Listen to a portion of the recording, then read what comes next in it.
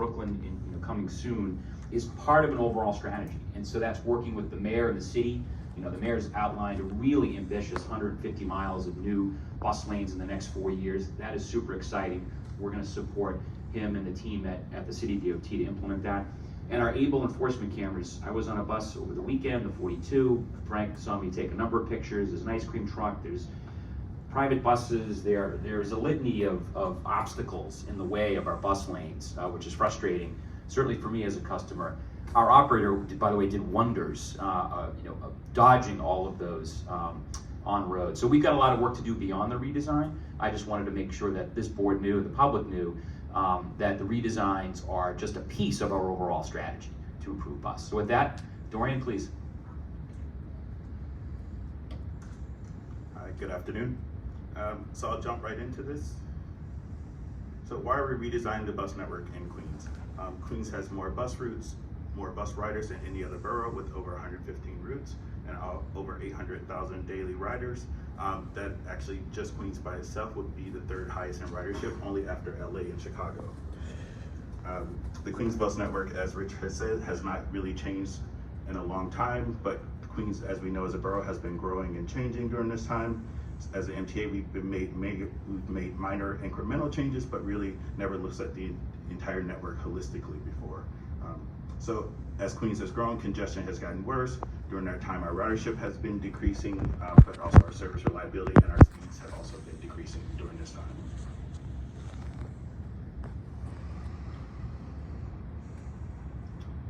So just to recap the process of the redesign. So we launched this project back in April of 2019. Immediately after that, we published an existing conditions report, which was a detailed analysis of all the existing service that was in the borough in terms of performance and other features. Then we published a draft plan at the very end of 2019. That was the first draft plan. And then we did about 2.5 months of outreach immediately after that, before we had to pause the project because of COVID. But during that 2.5 months, we received an unprecedented amount of feedback, over 11,000 comments. And then the good thing about the pause for COVID, we had that 18 months for the team to really analyze all those comments. And we actually came up with a new draft plan that was really responding to the customer feedback that we did receive. We released that new draft plan at the end of March. And since then, we've been doing workshops and public engagement with the community on that new draft plan. So when we first started this project, we asked our customers, we had open houses throughout the borough of Queens, but we also had a survey.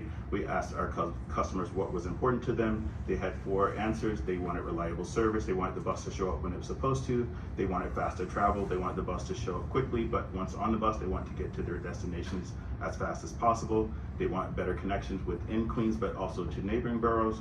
And they also wanted a system that was easy for them to use and understand.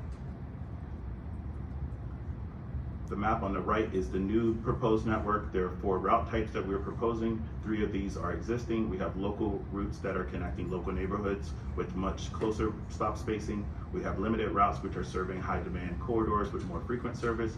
We have SBS or crosstown routes that are connecting key destinations across longer distances with fewer stops. And then the brand new service we're proposing here are rush routes, which connect from the outer borough to get customers to the subway faster. And I'll talk about that in a little bit more detail later. So the strategies we're using to improve the bus network here in Queens, these are not different strategies than we used in the Bronx, but also in Staten Island for the express bus redesign in 2018. We are simplifying the network to make our routes more direct and straight. We are expanding connections. This is connections not only to Long Island Railroad in Queens here, but also looking at ADA accessible stations, whether that's current or future proposed ADA accessible stations. We're also looking at improving frequency on our key corridors, and these are high ridership corridors. There's a map later that I will discuss about this. We are also looking at improving bus stop spacing, which Rich talked about earlier. And then last, we continue to work with our partners at New York City Department of Transportation to improve bus priority, so bus lanes and other treatments to speed up our buses and improve service reliability. So just to talk about Utd Strategy in a little bit more detail. So for simplifying routes to make them more direct, the example here is the Q23, which is serving 108th Street. Currently on the north and south terminal of the route is very meandering. So with this proposal, we are straightening the route along 108th Street, providing a more direct connection from East Elmhurst all the way down to Kew Gardens. We're also extending the route along Union Turnpike to provide a better connection to Fresh Meadows. So for better connections, this example is a brand new route. This is a Q51. This route will connect Southeast Queens all the way over to East New York and in Brooklyn, where the Gateway Center is. So currently, if someone wanted to go from Cambria Heights all the way over to East New York, they would have to go to Jamaica to transfer. So this would be a brand new route that really is filling a gap in the network on London Boulevard. We don't have consistent service now. So this would be a very important east-west connection through Southeast Queens over to Brooklyn. And this is one of the 19 interborough routes that we're proposing in this Queens plan. Also looking at improving frequency, the map you see on the right, the red routes are our limited routes, the blue routes are our crosstown routes. What we're proposing here is an all-day frequent network. So every route that you see there will have service every 10 minutes or better from 6 a.m. to 9 p.m. on weekdays. So a customer walks outside at any time during that time, they know to expect the bus to show up within 10 minutes or better. So better bus stop spacing, as Rich mentioned, New York City has some of the closest bus stops in the world. With this proposal, we plan to increase the distance between local stops to be more in line with the global standards and more in line with the Bronx redesign plan. Every bus stop we remove saves about 20 seconds on average for our customers. This can translate to noticeable travel time savings over the entire course of the route. In the example here with the Q84, just removing bus stops will actually speed up the route. So someone going from the very end from Cambria Heights to Jamaica would save about 9 minutes each way just from bus stop removals. Whenever we do analyze bus stops, we make sure we're maintaining the bus stops that are heavy ridership, any that are providing key connections or transfer opportunities, but also any that are serving important community facilities such as schools, but also healthcare facilities.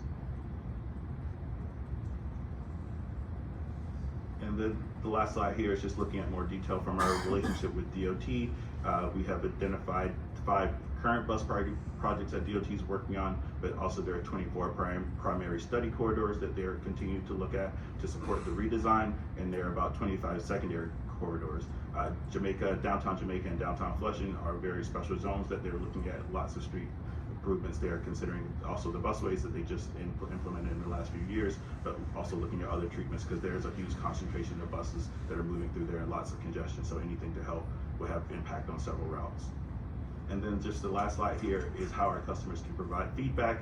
We started this outreach at the end of March. We've been doing virtual workshops in Queens. There's 14 scheduled, 1 for each community district. We've done 11 of those. We had Community District 11 last night. Community District 12 is on Thursday, and there are 2 more next week. So that's one opportunity. If customers show up, they can actually speak directly to our bus planners if they have concerns about the proposal. And then also we have Remix, which is a web-based interactive tool where customers can actually look at their routes, look at their stops, and add comments directly onto the route. It's location-based, so it helps the customer really understand the proposals. And then lastly, we have a very comprehensive website that has all the information that I've covered in today's presentation, but there are also other resources there, such as their detailed route profiles. There's also a comment portal where customers can also leave detailed information and give us additional feedback on this new Queens Bus draft plan. Thank you. Great, so we invite questions and comments. Mr. Glucksman at the ready. Very interesting presentation.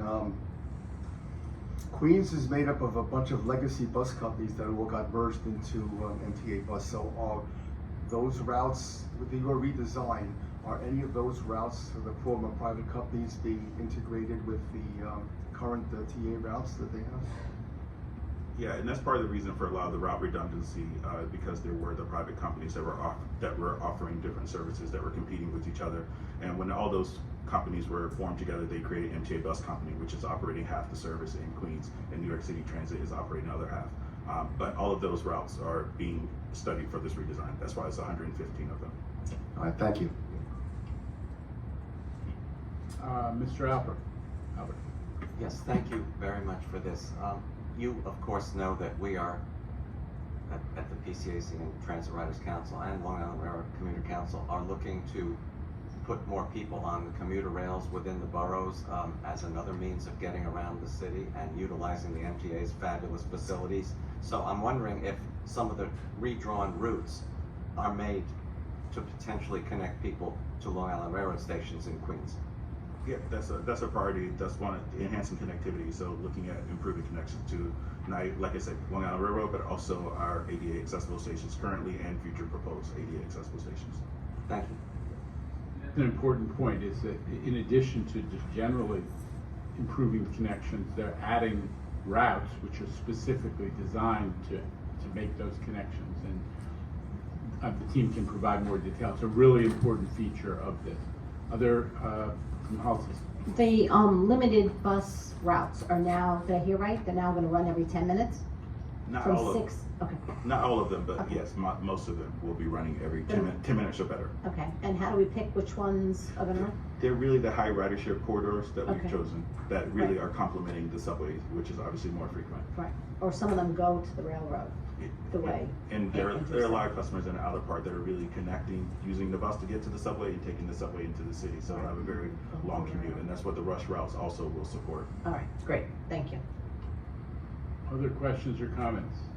I just want to compliment the team. This is incredibly complex, and you are now in the middle of 14 community outreach meetings, but there's a lot of other stakeholder conversations that are going to continue. We heard about one of them earlier today from the speaker's podium.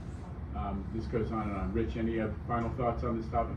No, again, we hope to continue to bring to the board these kinds of, more strategic approaches. And again, welcome the feedback from our customers. This will only be a better service that we'll offer. I think we've already had good feedback and are making tweaks and changes as a result of the feedback. So please, this is not a foregone conclusion. We want feedback. Mr. Chairman, I Robert. should also say that much as was done in the Bronx bus redesign, when suggestions were made and the whole attempt to redraw the lines were redrawn again to meet community suggestions and expectations, the same thing was done with Queens. So we really appreciate the fact that the MTA listens to the public, makes changes, and reports back. I think that's a way to instill trust in the public, get people riding, and make the routes as good as they can be. Okay, thank you. That's an inspirational thought as we move to more routine board business. Thank you for that, Andrew. The minutes of the April board meeting and minutes of each of the committees have been distributed to all members. Are there any corrections or omissions?